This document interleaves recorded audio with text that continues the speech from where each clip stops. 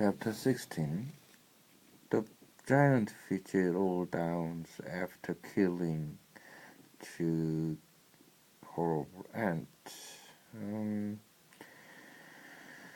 The people who wanted to watch the giant fishes and then ran away from the giant fish. They rolled down in the end, and it leads to the white cliffs of England, the seaside.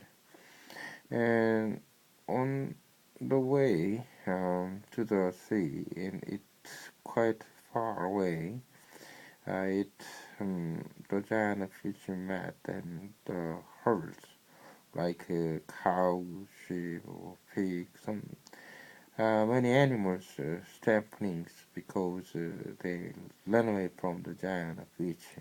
They scared away, and giant fishes broke the fences and it through the villages, and in the end, he passed through the brick factories in which his chocolate was made. It made a hole on the brick house and in the brick house, and so the chocolate flew like a liver, and then children like, I think, rolled dolls and stuck to chocolate, and he enjoyed writing about chocolate because children like chocolate. And anyways, he wrote children books after then, and maybe he wrote about Charlie and the Chocolate Factory. It's so fabulous. So yes, it down and then reached the cliff and then crash into the water. Anyway, the giant fish float on the sea, and it looks like a ship that along the wires. I wonder if a ship or submarine. Well, yes, I think a ship, and then maybe insect and James so last were in on the sea. 17. At this moment, the scene inside the pitch itself was one of indescribable chaos. James Henry Trotter was lying bruised and battered on the floor, looms amongst a tangled mass of centrifuge and earthworm and spider, ladybug and glowworm and old green grasshopper. In the whole history of the world, no travellers had ever had a more terrible journeys than these unfortunate creatures. It had started out with much laughing and shouting, and for the first few seconds, as the fish had begun to roll slowly forward, nobody had minded it being trembled about a little bit, and when it went bump, and the centipede had shouted, that was Aunt Spongy, and then bump again, and that was Aunt Spiker. There had been a tremendous burst of cheering all around.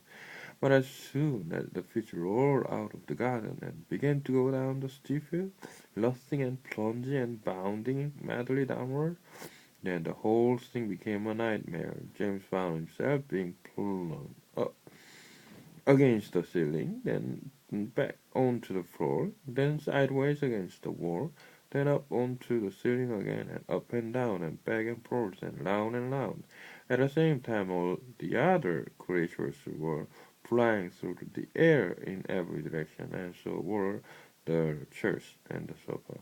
Not to mention the 42 boots belonged to the centipede. Everything and all of them were being rattled around like the peas inside an enormous rattle that was being rattled by a mad giant who refused to stop. To make it worse, something went wrong with the glowworm's writing system, and the room was in pitch darkness.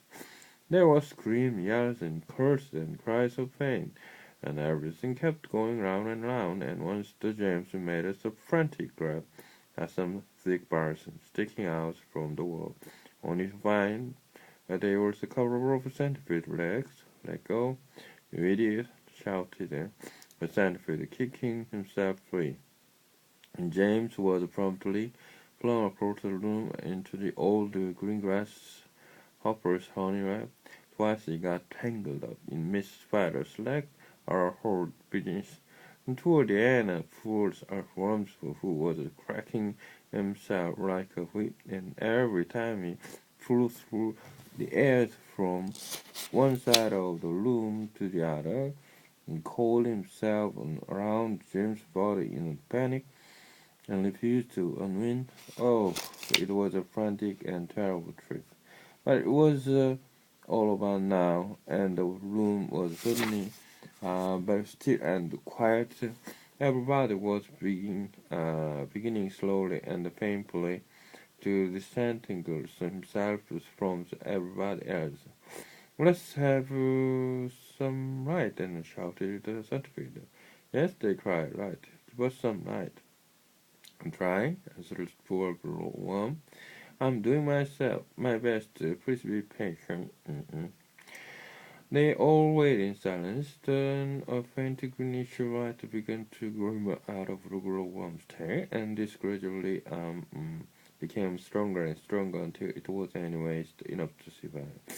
Some great journey, the centipede said, limping across the room. I shall never be the same again, murmured the earthworm. Nor I, the ladybug said. 10 years of my life.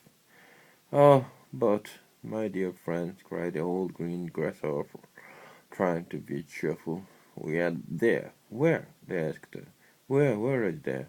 I don't know, the old green grasshopper said, but I'll bet it's somewhere good.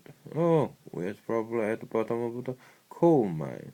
The earthworm said a gloomist. We suddenly went down and down and down. Very suddenly at the last moment I felt it in my stomach. I still feel it.